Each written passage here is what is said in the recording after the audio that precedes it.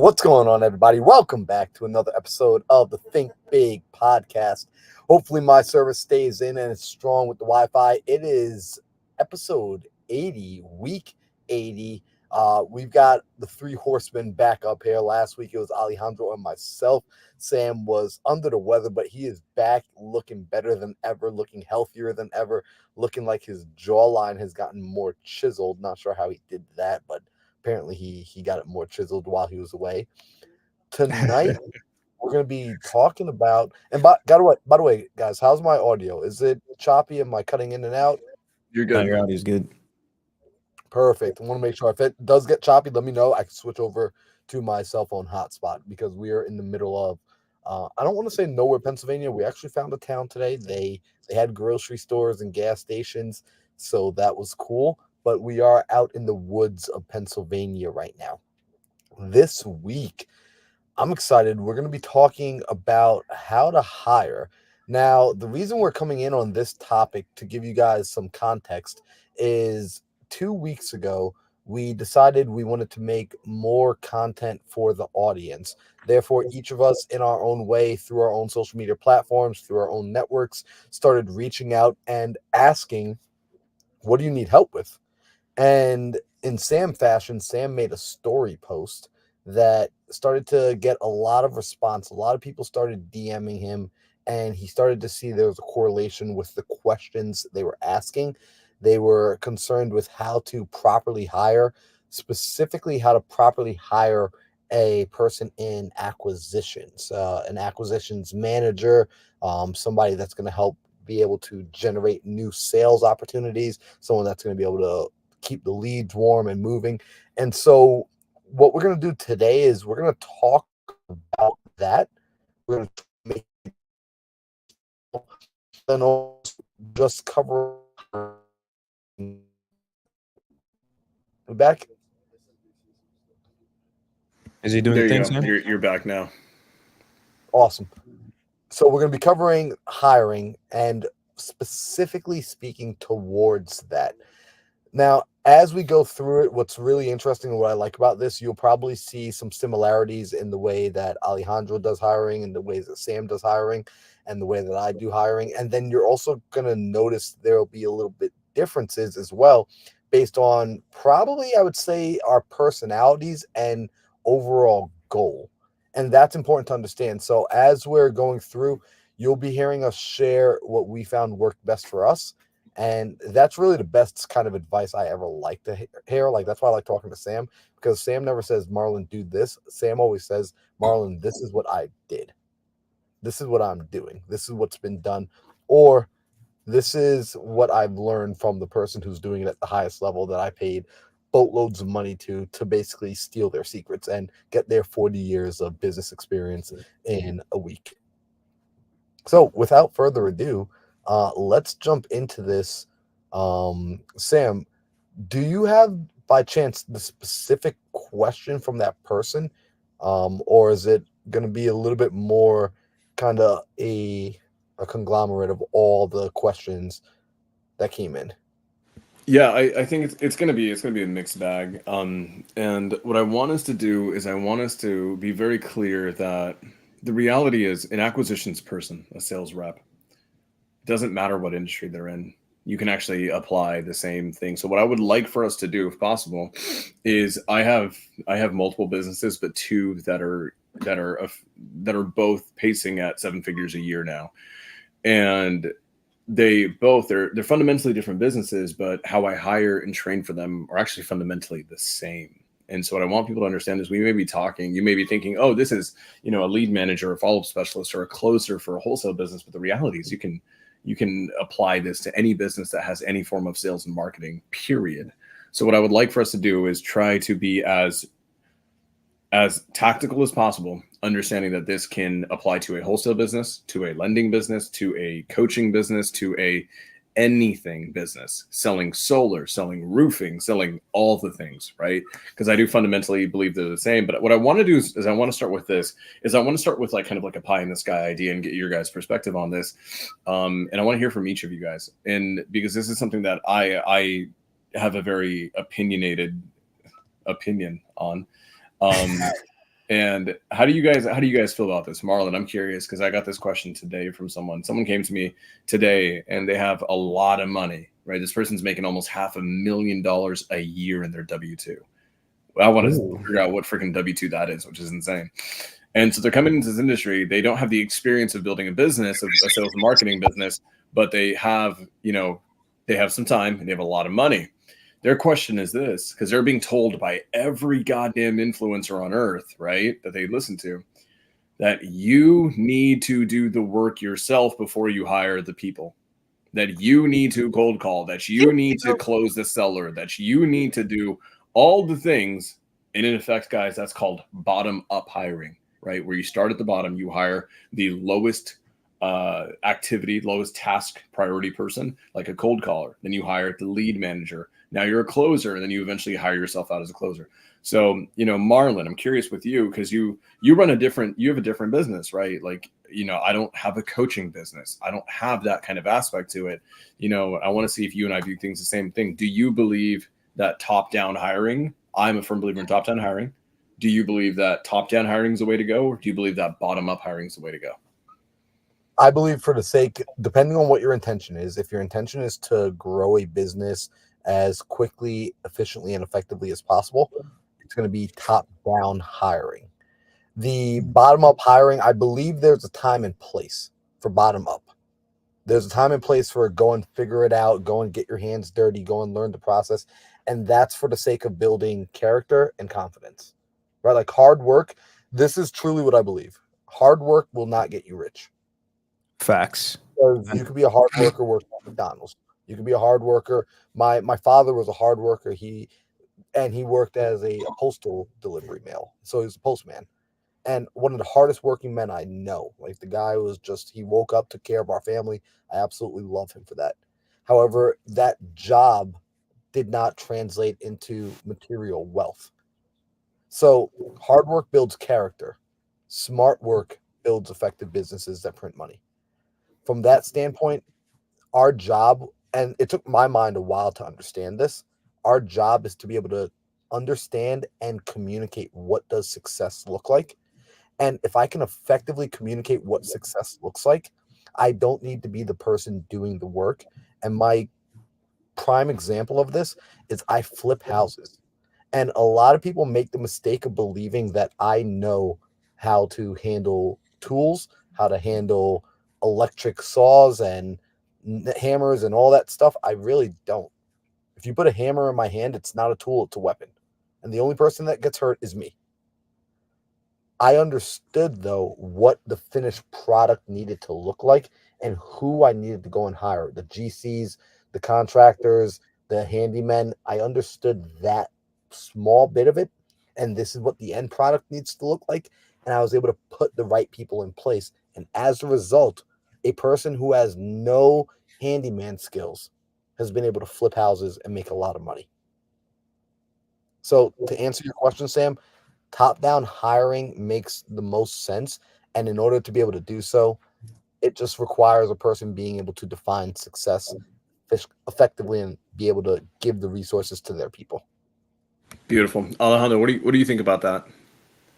I think it's BS if you want to learn everything by yourself. I'm actually was one of those people that did learn everything first before I started hiring. But I look back at it, especially having conversation with you, Sam. It's like, yeah, I don't even like doing 90% of this thing. Why do I care about doing it? I would say the pros of doing it that way is that you are educated to a certain extent on those departments, but it doesn't necessarily mean that you're going to succeed fast or quicker or smarter. It just means you have some type of knowledge that you can just conversate or protect yourself in any type of situation, which you still can't do it by hiring the people from top down and get the information to learn from them anyways. But a 1000% you will get to your goals 10 times faster. Maybe that's an understatement to achieve your goals. So you'll get there 10 times faster by hiring from top down. Bottom up is a scam. Don't do it. Bottom up is a scam. God, I love that. Okay, so I want to hit this on a tactical standpoint. And at the end of the day, I've had tons of people who come to me and said, Sam, bottom up is the way to go. I've had influencers who are notable in the industry tell me, Sam, that's what we teach our students. And not a single one of them has been able to refute me from a tactical standpoint. And no one has ever been able to give me a data-driven kind of position about why this works from a mathematical standpoint, from a leverage standpoint. The reality is this: the only people who should be doing bottom-up hiring are the people who are broke as a joke and have no clue what they're doing at all. That is it. And then if you hang around us enough, if you come to my master classes enough times, you will find out that even if you are broke as a joke and you don't know what you're doing, you still should not be doing bottom-up hiring. And the reason is this: to Marlon's point, you only need two things. You need resources in terms of capital, potentially, depending on the pipeline that you're trying to build, and you need to be able to define what success looks like. What does that mean, guys? What does success mean? When we say that arbitrarily, hey guys, define success, define success. A lot of people may be wondering, well, it's like, hey Sam, hey Marlon, well, what the fuck does that mean? Is that like, do I just tell my person I want a signed contract and I want a deal? Is that what success? No, guys, success in a role is not the actual outcome of making money. Success in any role, in any business, in any corporation is one thing. And it is for the person in the role to complete a set of inputs on a given basis, on a given time basis, whether that's daily, weekly, monthly. So what does success mean in terms of hiring for a real estate business for, cold callers? It means that they're going to pick up the phone and make 1,000 dials a day. It means that a closer is going to make an offer, a qualified offer a day, or 2 offers a day, whatever it is. That is all that success means. Now, Marlon, how do we,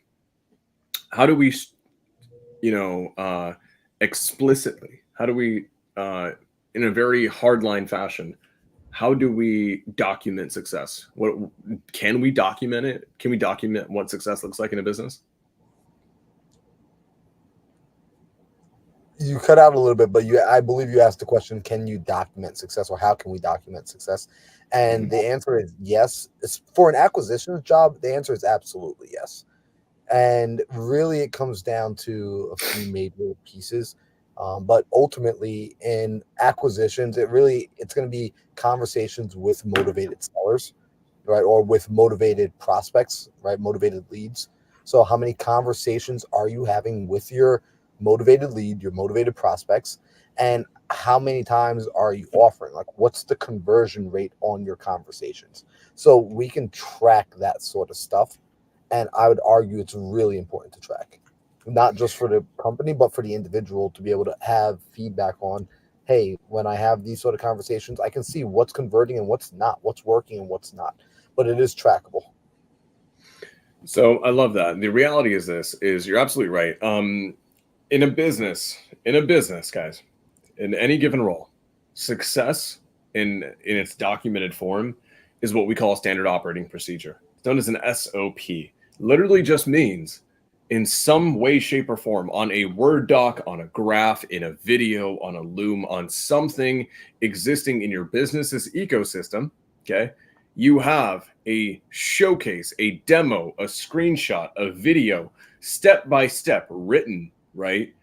What a given procedure or task needs to look like. And a lot of people, they think, well, that needs to be complicated. It doesn't need to be complicated at all. In fact, for me, as a visionary who thinks so in the clouds very often, it's very hard for me to actually understand that simplifying is actually the key. And sometimes for visionaries, the reason why we don't do so well with SOPs is because the best SOPs, they're not complex. The best SOPs are actually very simple. And that's what's hard for us to take an idea, closing a seller, pitching creative finance, right? Coming up with an MAO, all of these things that we know strategically up here, to actually document them step by step on a Word document, that can be difficult. And I know this because we're revamping a certain division of my business because we're growing so much and our SOPs need to be revamped. But I will say this, guys, and I want to kind of paint this, and I always use this example, and it's the McDonald's example. How simple should SOPs be?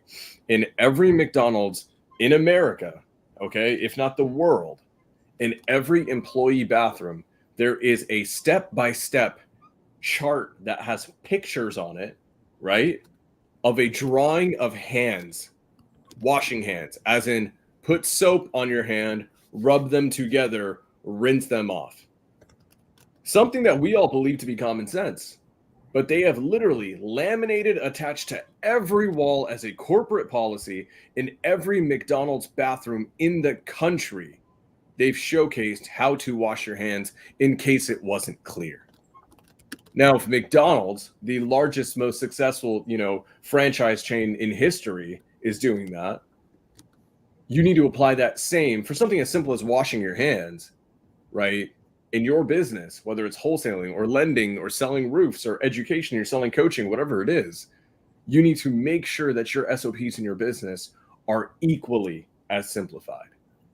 And very often, and here's the key that I'm learning, guys, is I think you guys talk to me a lot. You guys know that I'm generally not a visual person. I just talk and I can understand the topics in my head. I don't need to see things visually. I don't need to see things in the written format. I'm not a note taker. Like Marlon, you've been with me enough times to know that, like, I don't take notes, right? I take mental notes on things that resonate with me and I ponder them and they stick and I'm good with that. The reality is this: an element of good leadership, an element of how to hire, we're going to get into some specific tactical hiring steps real soon, is to understand that your way of thinking is not the only way of thinking. And that if you think everyone learns the same way as you, you will actually fail in hiring.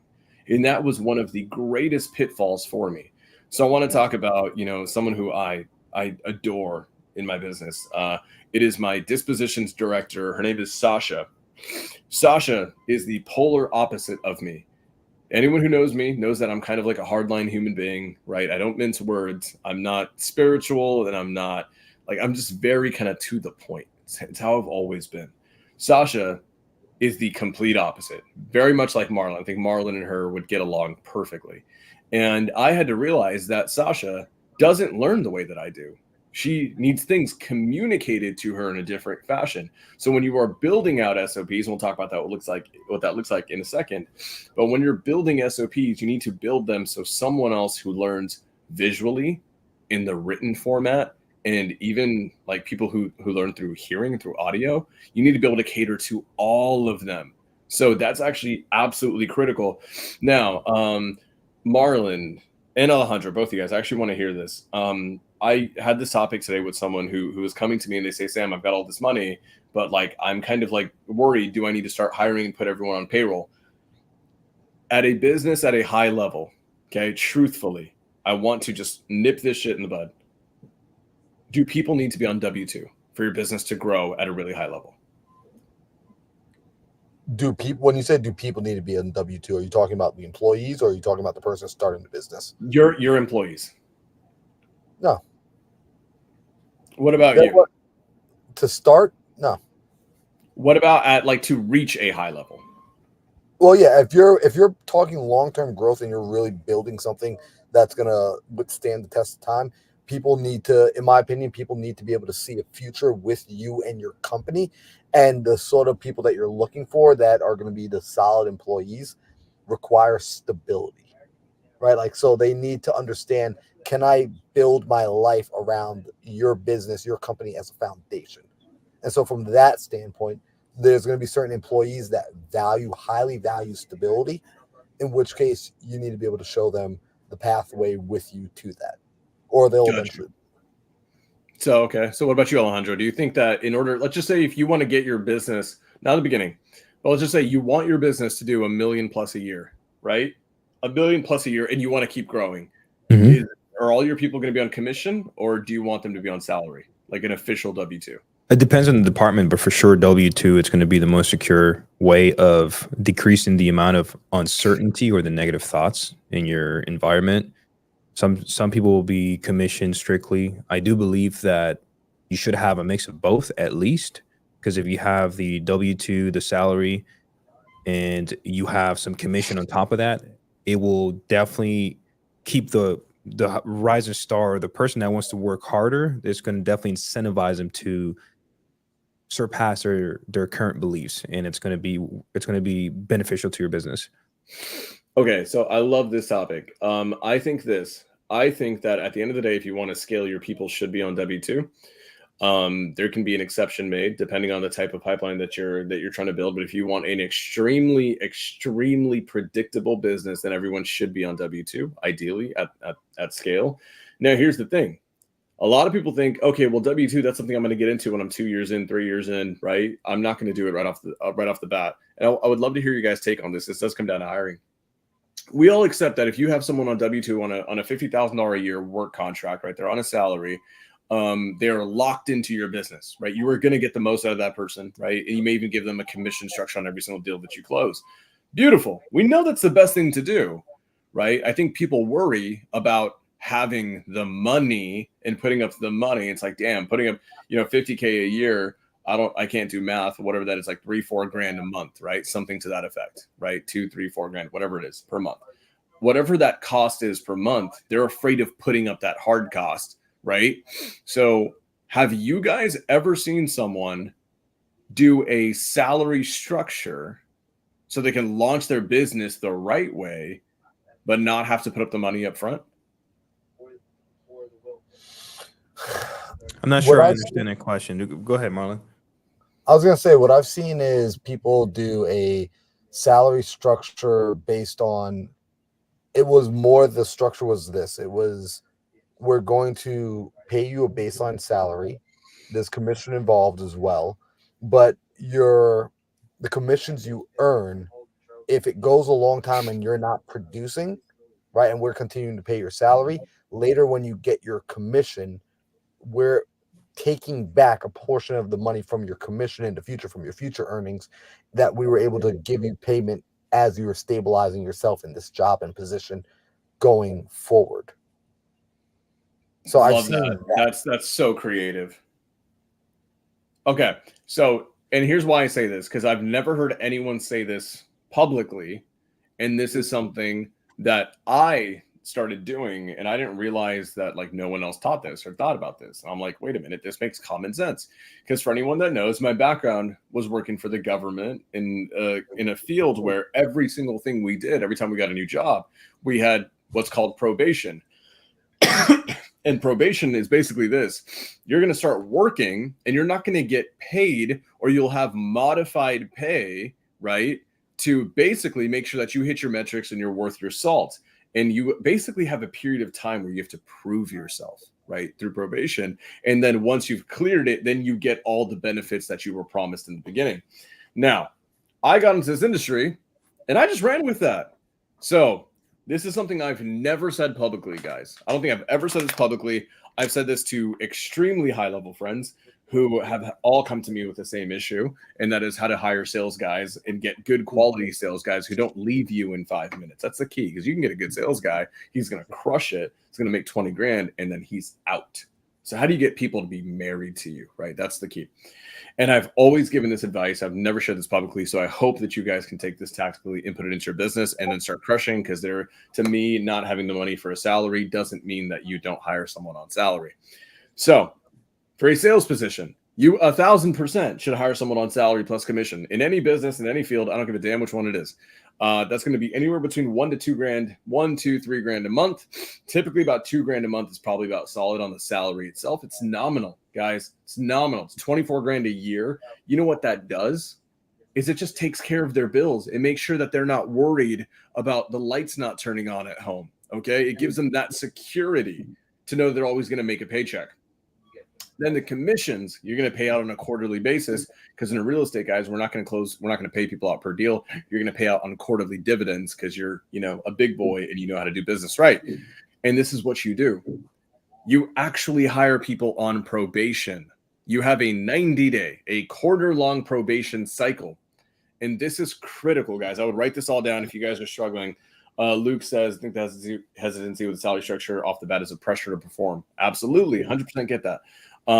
Luke, I would also say this: if you can hire someone on salary, there is a pressure to perform for them, and you have that pressure. It's like, if they don't perform, was it worth it? This is the answer. Like what I'm going to say right now is the answer to your problem for both parties, for the person being hired and the employer. So what you're going to do is this: hire someone on salary. It's probably going to be a $2,000 a month salary plus a commission based on whatever the hell it is you're selling on the back end. Whether that's a wholesale deal for 15 grand, a coaching product for 10 grand, a roof for 20,000, whatever the hell it is, right? Your commission's up to you and your business and your profit margins. So the 2,000 salary upfront is going to be correlated to a 90-day probation period. Okay. 90 days of probation. And then what's going to happen is this: the first 45 days, they have to hit their metrics in terms of learning. Your first 2 weeks are usually going to be just learning and pouring into the person, getting them comfortable with the product, the process, the service, the script, the whole nine, right? And then what's going to happen is you have 45 days. 2 of those weeks, 14 of those days are going to be spent training this person. And then you have an extra roughly 30 days, a month almost, for them to actually take the damn action and learn on the job and talk to people and talk to leads. And as long as you are doing your job as a business owner, providing them with quality lead flow, right? Remember, they're not going to get their first paycheck. They're not going to get hit. They're not going to incur any of their salary for the first 45 days. So in that first 45 days, as long as they're hitting their metrics and they're growing and learning and putting in the action at day 45, right? What's going to happen is this: you're going to incur their first partial salary, which is going to be $1,000. Okay. They're going to get like a little stipend pay of $1,000. That's going to reward them. It's going to keep them hooked to you longer. And it's also not going to hurt you too much because it's $1,000. Here's the key. If you've done your job in providing them quality lead flow and enough of it, right, in any business model that you're in, chances are in those first 45 days, if you have quality talent that's full-time, you will have a signed contract or a signed sale in any business that you're in. The only reason that it won't happen is if you have shit leads.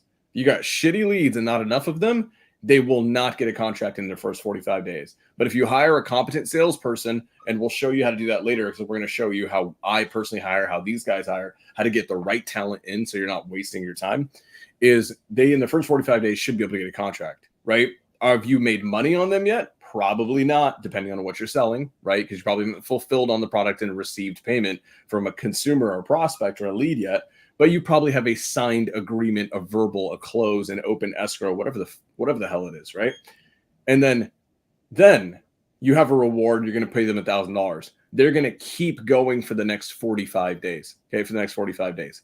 In that time, what's going to happen? Even if you're in real estate, as long as you provided them a hot lead that was maybe an inbound direct mail to some quality niche data, what's going to end up happening is that deal they contracted very often is about to close or may have already closes by that 90-day cycle based on a good inbound cash conversion cycle, right? And even if it hasn't closed yet, it's going to be closing, and they've probably already generated more than one contract at this point. So even if a few fall apart, one will close and get you paid, right?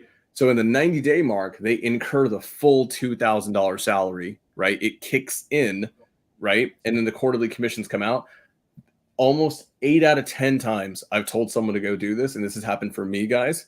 By the 90th day, what I usually do is I rig it by giving them extremely hot lead flow. I overpay for some really hot leads, right? In the first 90 days, guess what ends up happening by the 90th day when it's time for me to pay their $2,000?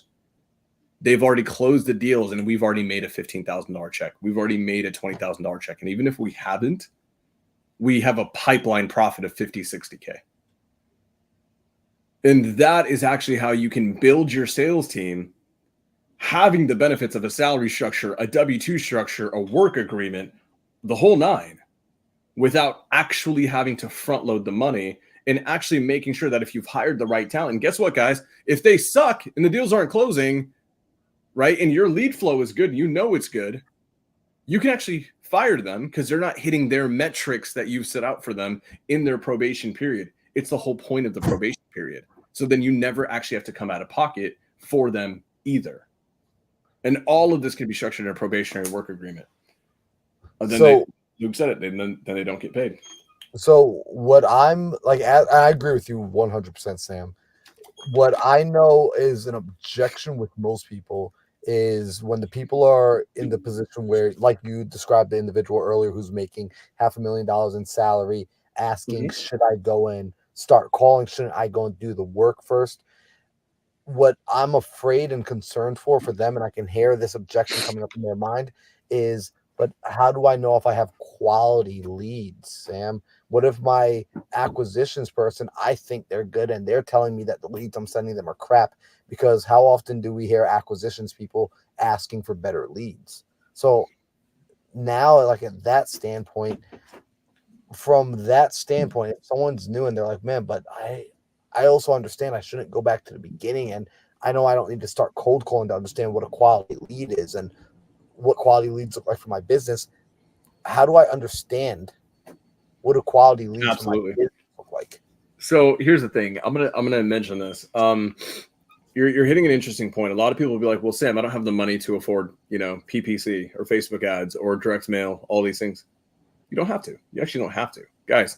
I've done over 100 joint venture deals, JV deals.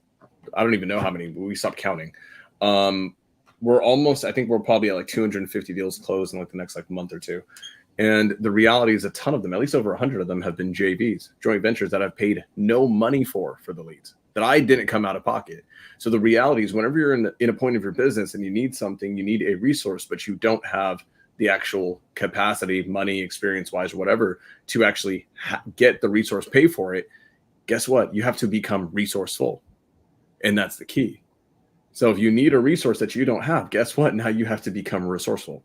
And so how do we do that? Guys, there is no shortage of human beings who are generating the leads that you want to be closing and are happy to give them to you. Happy to give them to you. You may think that they're not out there. Guys, I can literally put up one post in any Facebook group that I'm in, on my social media, anything, and say, hey, who is generating inbound quality leads and doesn't have the time to follow up on them? Me and my full-time salary W-2 closer will handle all of them for you. And you will have 10 people raise their hands. I promise. I promise you. So even if you don't want to do that, okay, well, Sam, I don't really have a ton of money. I don't have enough money to go drop a direct mail campaign. And I don't want to do JVs. Sweet, easy. Business credit stacking is a thing. Small business loans are a thing.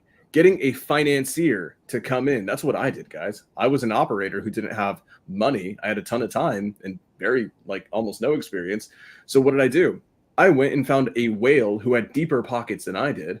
And I basically said, I will work my guts out building this business. I just need you to basically put your credit card on every bill. And they said, hell yes, because they wanted to make wholesale money without doing the wholesale. You know what that cost me up front, guys? Nothing. They took the risk. They took the chance. So for me, the truth is, Marlon, when it comes down to not having the money to generate quality leads, I think that's a non-issue. I really think that's an issue of you lacking resourcefulness and not actually you lacking resources. Because if you lack the resource, that's fine. A ton of other resources that you can go get. You just have to be creative in your approach to go get them. That also being said, if you don't understand what a quality lead looks like, you 1,000% need to pay down your ignorance debt. You 1,000% need to pay down your ignorance debt in what a quality lead has to look like and how to generate these things.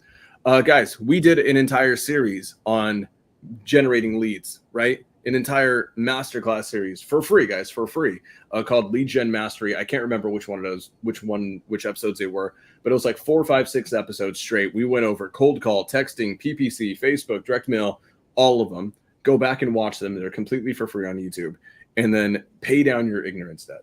But Marlon, unless I'm not understanding the question, to me, I see that as a non-issue.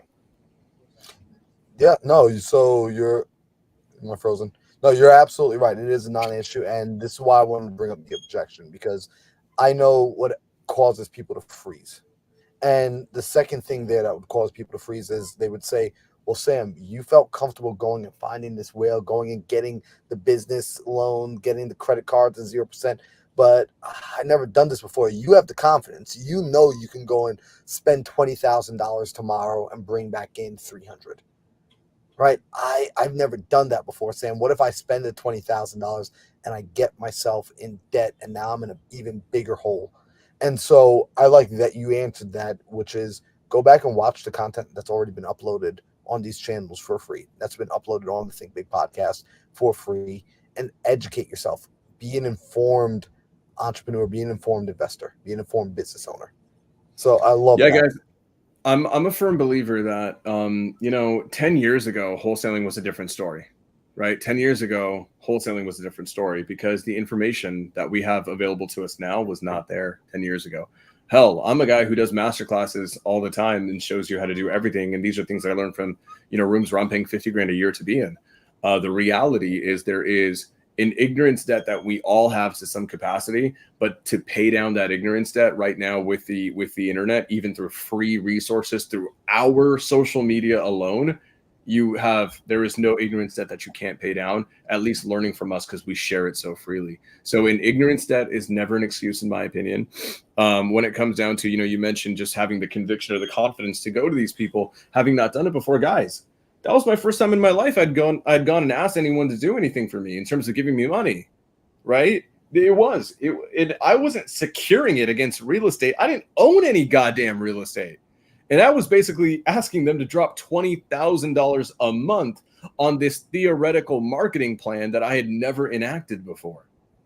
But what did I do? I did my best to pay down my ignorance debt, to fill in the blanks as much as I could with the resources I had at the time. And then I did one thing critical, and that's I bet on myself that I would get it done. If the leads didn't work, if the deals didn't work, if it all fell apart, it doesn't matter. I would go get a job and drive Uber and go flip burgers if I had to. I would go do OnlySams to make sure I made those people whole. And that was the commitment that I made to them. So as long as you have the confidence, not in the deals working, as long as you have the confidence in yourself as a business owner to get the shit done, it's all that matters, in my opinion. So I'm going to say something to follow up with that, because I'm going to hand the mic back over to you, Sam, because Sam, you are always super tactical. And I want to emphasize that point right there, because that's as close to like anything spiritual you will get from Sam, which is understanding that conviction in yourself. I truly know this for a fact, in my heart, in my mind, and in my experience, that when a person is truly locked in and convicted on their belief, convicted on what they say they're going to do, and they commit wholeheartedly, the world, the universe, God, faith, people, everything gets behind them to make it happen. You may not get the exact path you thought you were going to walk, but you do get to the destination if you truly commit. If you are a half committer, if you're a half sender, you will get hurt. If you're a half sender, my best advice to you is don't play this game. Okay, Mike's back to you, Sam. That's so good, dude. And 100%, guys, this room that I'm in, when that whale was dropping 18 to 20 grand a month on me consistently, I literally did not leave this room for 10 hours a day pounding the phones to make sure I got the deals done. Was it scary? 1,000%, because I'd never had someone take the gamble on me like that, right? But what I did is, it wasn't even a gamble. It was a surefire thing that they would make their money. If the deals went south and we didn't close them when we were supposed to, they were going to get their money back with the return. It just may not have been right then and there, but it was going to happen, and I was damn sure of that. So, I want to hit this question real quick. Jordan asked, how did you structure that partnership with your whale? You're actually about to do that right now. Cool. So at the time, in the beginning, I was over giving because I was an unproven commodity, right? If I were to go do this right now, it would not be the same setup, because I have proven myself and I have a track record of success. At the time, I did not have that same track record of success. So what I did is this: the split was 70-30 and 70% in their favor. And after the fifth deal, it was 50-50. We rolled that until I had a substantial enough marketing budget, and I've paid down my ignorance debt to be able to go do it all myself. So Jordan, that's the answer there. Okay, amazing, guys. I want to hit this because people, I think everyone freaking hires wrong. Alejandro, a lot of our followers, our interviewers here, are in communities or mentorships or masterminds, and they have been told a very, very consistent thing, and that is they should hire other people in the rooms they're in. They should be squatting up. They should be working together. And I'm okay with working together. But do you think when you're building a business, you should be hiring from people in other mentorships that you're in? From my personal experience, no. And I say this because if we're in the same atmosphere or mentorship, then we're probably looking to achieve the same goals in our own different ways.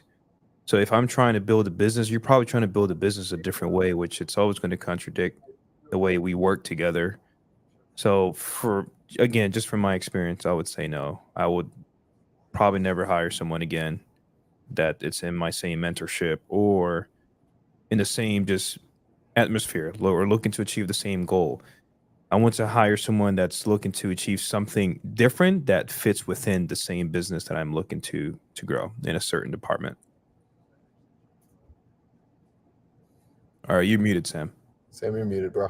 Oh, I love this. Oh, look at that. Mandisa from Pad Split is calling me. Give me one second. I'm gonna answer. Tell her we love her because she helps us buy rental properties, and I'm gonna tell her we're on a podcast. Shout out to Mandisa. Hey, Mandisa, I am so sorry. I'm live right now on a podcast with Mindset Marlon Johnson and Alejandro Alvarez. Hi, everyone. Hello. Hey. They all said you're amazing and beautiful, and they all love you. Oh, call me back. I have this brilliant idea, and I need to run it past you. Sounds good. Okay, we'll do. All right, talk You're soon. amazing. Bye. Bye. I'm excited to see what that idea is because she comes up with some really good stuff. So Alejandro, you got it right, man. I firmly believe this. Marlon, I'd love to hear your take on this.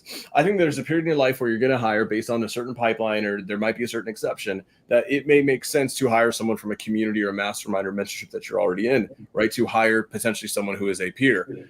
I firmly do not agree with that. I firmly do not agree with that. I think it's actually a short-term win at a long-term cost. And I see people who are in our communities, you guys have seen this, right? Where people, they constantly keep hiring from these communities and masterminds that they're all in, and they're trying to, win together, right? And they may be a leader in a community or a mastermind, and they hire a newbie or something. The problem ends up being what? In 2, 3, 4 months, that newbie has been able to pay down their ignorance debt and maybe even make a little bit of money. And inevitably what's going to happen is they leave. Why? Because they were in the same room as you trying to build their own ship.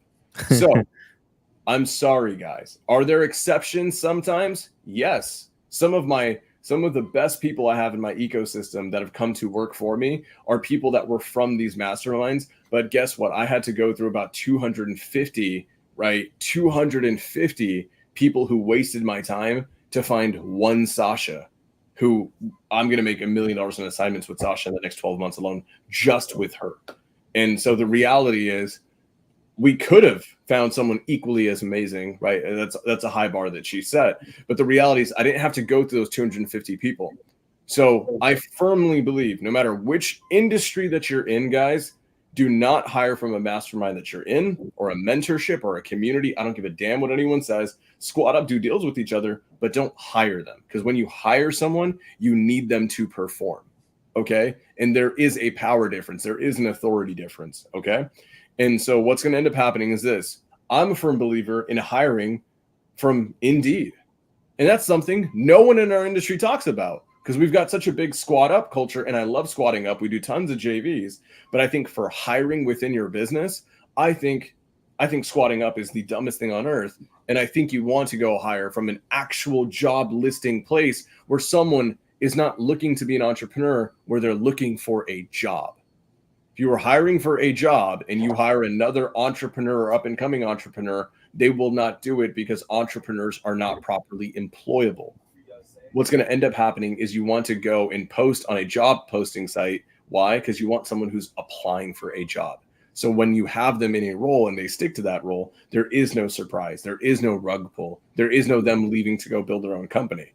So that being said, you need, guys, I'm sorry, for a lead manager, cold caller, closer, acquisitions manager, dispo, whatever the hell it is, you need to get good at building job descriptions. Like that is a critical thing. A critical freaking thing is you need to get really good at building out job descriptions and job roles. And this is something I see all the time. Marlon, I'm sure you've seen this a lot where people basically have a friend or they have a couple homies and they say, I want to work with that person. I think they'd be a good employee from me. And what they do is they take that person and they build a job or a role around that person. Is that the right way to do it? No, and it's, I think everyone does it. I know personally I have done that in the past. So I'm not even going to speak from a place of better than thou. I have absolutely learned my lesson of grabbing a person and then trying to build the seat around them versus building the proper seat and then finding the person who has the right butt that fits. There you go. There you go. And so I would agree. I think that a lot of people will continually find out that when you try to hire a friend or you try to hire someone that you like and you think that they're great, you think love their energy, love their drive, love their ambition, they seem amazing, and you just want to have them in your ecosystem. And then what's going to happen is this: you're going to put your business on hold and try to build a role around to suit them. The problem is, did your business need that role right now? And very often the answer is hell no. The answer is you just created some ethereal bullshit product or bullshit role that your business doesn't need, and it's a distraction from the bottom line of your business. The reality of being a good business owner, a good CEO, is understanding what your business needs right now in this freaking moment, and being critical, being cerebral, being an assassin about maintaining that integrity of that role, of understanding what it is that you need right now. And then what you're going to go do is this: without a name or a person in mind, you want to then go and document day by day, task by task, step by step, what does a killer in this role do? Okay. And then what's going to end up happening is this has no face, no name. You don't know who it is, but what you've created is a perfect avatar, right? Guess what, guys? That's your job description. That's your roles and your responsibilities for that role, right? And then what you do is you format it nicely, make it look a little pretty, and then you go and post it on Indeed, on jobs.com, on onlinejobs.ph if you're going for overseas talent. And then what's going to end up happening, guys, is it's going to be insane the amount of talent that reciprocates. And the beauty is this, guys: the people who are looking, right? Luke Mbongo says something phenomenal. I love it, and I disagree with it wholeheartedly. He says, I challenge that by saying that some of those people realize they are better at number 2, number 3, number 4 in the organization. Luke's right. Objectively, Luke's right. The problem is this: I, as a business owner, don't have time for you to figure out what the hell you want to be in life. I don't have time for you to figure it out on my dime in my business, to figure out that I don't want to be a closer. I'd rather be your TC. Right? Well, my business needs a closer right now. My business doesn't need a TC right now, right? So I want you to be critical with what your business needs right now, and also be critical that you don't have the time to waste for someone else to figure it the hell out. That's critical, guys. You will waste so much time doing that. Been there, done that. Trust me, don't do it. Here's the beauty of going and posting that job description on an Indeed job posting board or jobs.com or whatever it is, right? The beauty is this, guys: who is on those job posting boards, looking for them, looking at them day in, day out? It's the people that have decided mentally, spiritually, where they're at in their life, that they need this role right now, and this is a fit for me. Luke, when you go bring someone into your community, into your organization, into your ecosystem, and then you go and try to go find, and you try to go hire them for a role, they decide like, hey, I don't want to be this role, I want to be something else. The problem is you just don't have the time to let them figure it out. You will waste your time doing that, right? Versus when I go post a job posting for a sales director, and this is the role, and this is the experience required, and all these things, and I put that on Indeed, right? The reality is, as long as I set my filters properly, 90 out of the 100 people that respond to that will be potentially qualified for that role. They will have had the experience if they actually read the damn the description. And then if I set my filters properly, they will actually have the experience that I need them to have. And they'll also be in a position in their life where they are seeking that job and seeking that pay right then and there. They're not trying to go be an owner or even, a director or something else, or be something else in a company outside of that role. 100%. That pivot burns money. So yeah. I hope that makes sense. Here's a thought process that I think a lot of people miss when they're thinking about their business. I've learned to think about business from 2 standpoints. Of course, you're always doing commercial, you're doing customer reaching marketing, right? Like you're always selling, you're marketing and selling outwardly to your customers. A lot of people forget that big businesses, true strong businesses, do marketing and selling internally to their employee, to the right people that are coming inward. So the same way, if you're in real estate or if you're selling beauty products, you identify who your ideal customer is, understand who that client is, understanding who the right type of person that would be the best fit in your business as an employee is. Identify, like, there are people who absolutely value stability more than they do a high earning potential. Or like, there are people like, hey, I'd rather earn $80,000 a year, absolutely stable, locked in, versus having the chance to earn $500,000, but I might also only earn $50,000. They don't like that fluctuation. But you have to know how to speak to that right person, because when you do, then you start to. I always use Trader Joe's as an example. If anyone's ever shopped at a Trader Joe's, if you've ever been to one Trader Joe's, you've literally been to them all, because every single employee at Trader Joe's has the exact same personality type. They're the same characteristics. They greet you the same way. Hey, wake up to Trader Joe's. Like, they're all the same type of person. I love Trader Joe's. I really do.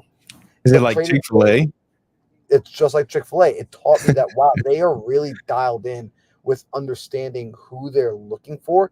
And then they're clearly making descriptions and putting them in places where these sort of people hang out.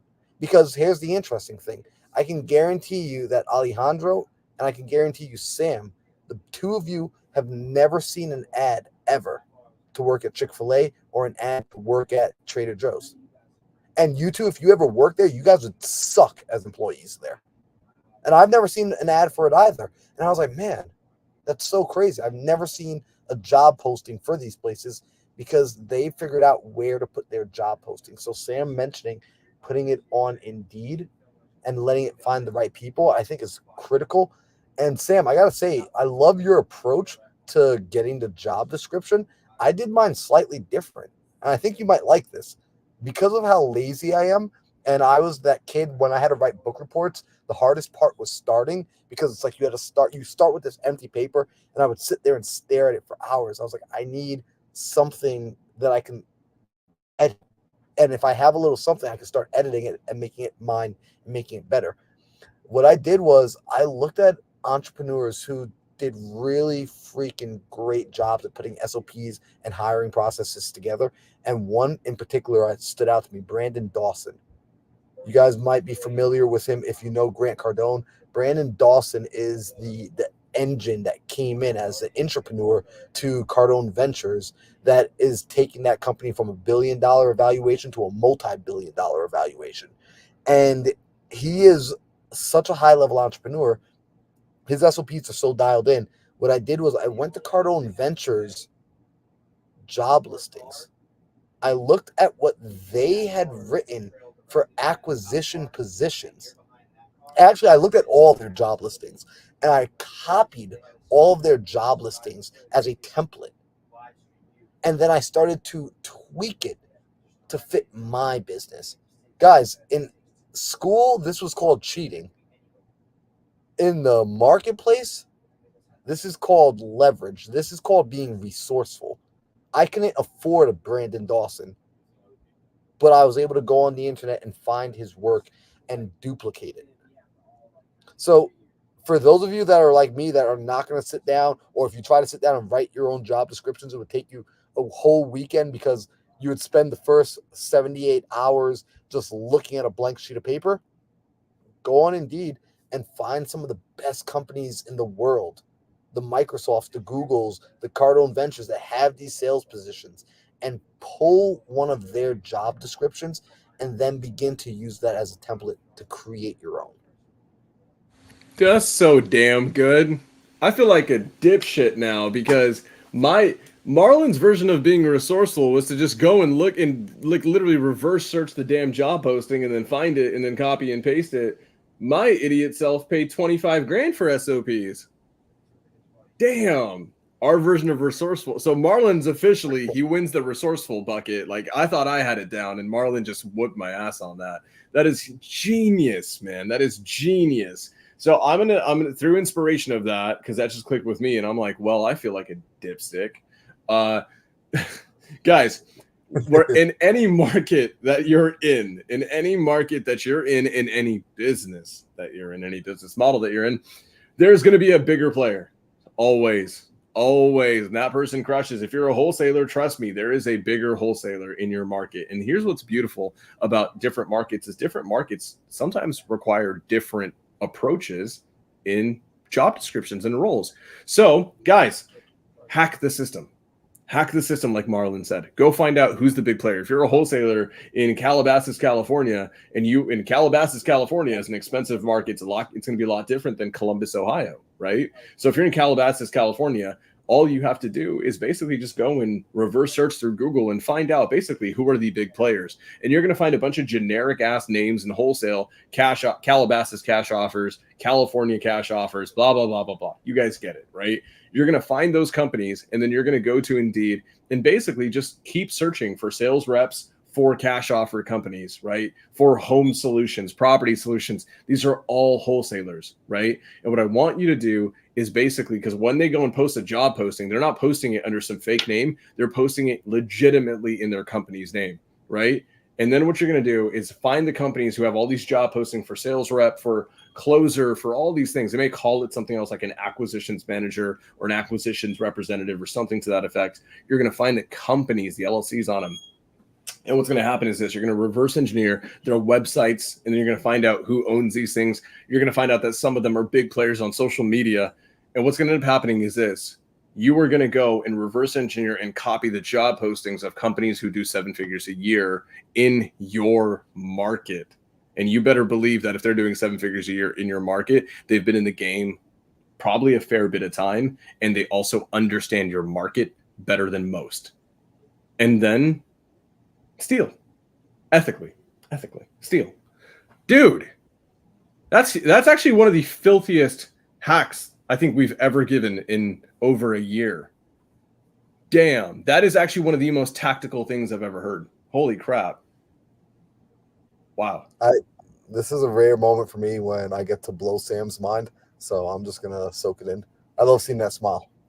Dude, that is, oh my God. And you know me, bro. Like we're scaling and we're hiring, and I'm just like, how many times did I offer someone a lot of money to get their SOP for a job posting, and I'm just like, I could just go to Indeed and find out.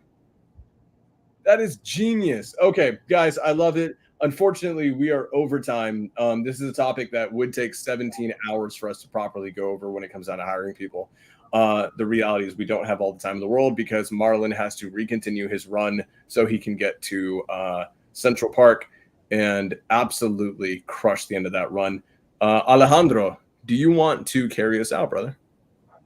Absolutely. Ladies and gentlemen, thank you for showing up to the Think Big podcast. And if you got any value from this episode today, as you should, because when Sam Singh speaks, it's nothing but facts and great information that can make you a multimillionaire. So please, if you gain any value, share it with your friends. We're not asking for your credit card. We're not asking for your social security, your blood type. We just ask for a simple favor. If you gain value, is to share this with your friend. Tag us on Instagram. You can tag us. All of us are on Instagram. Where's a little @ thing? There we go. Mine's that's really Alvarez. Mine's at Marlon, Sam Singh. Tag us, send us a DMs if you need help. And of course, see you guys next Tuesday, 5 p.m. Arizona time, 8 p.m. Eastern time, 7 p.m. Central time.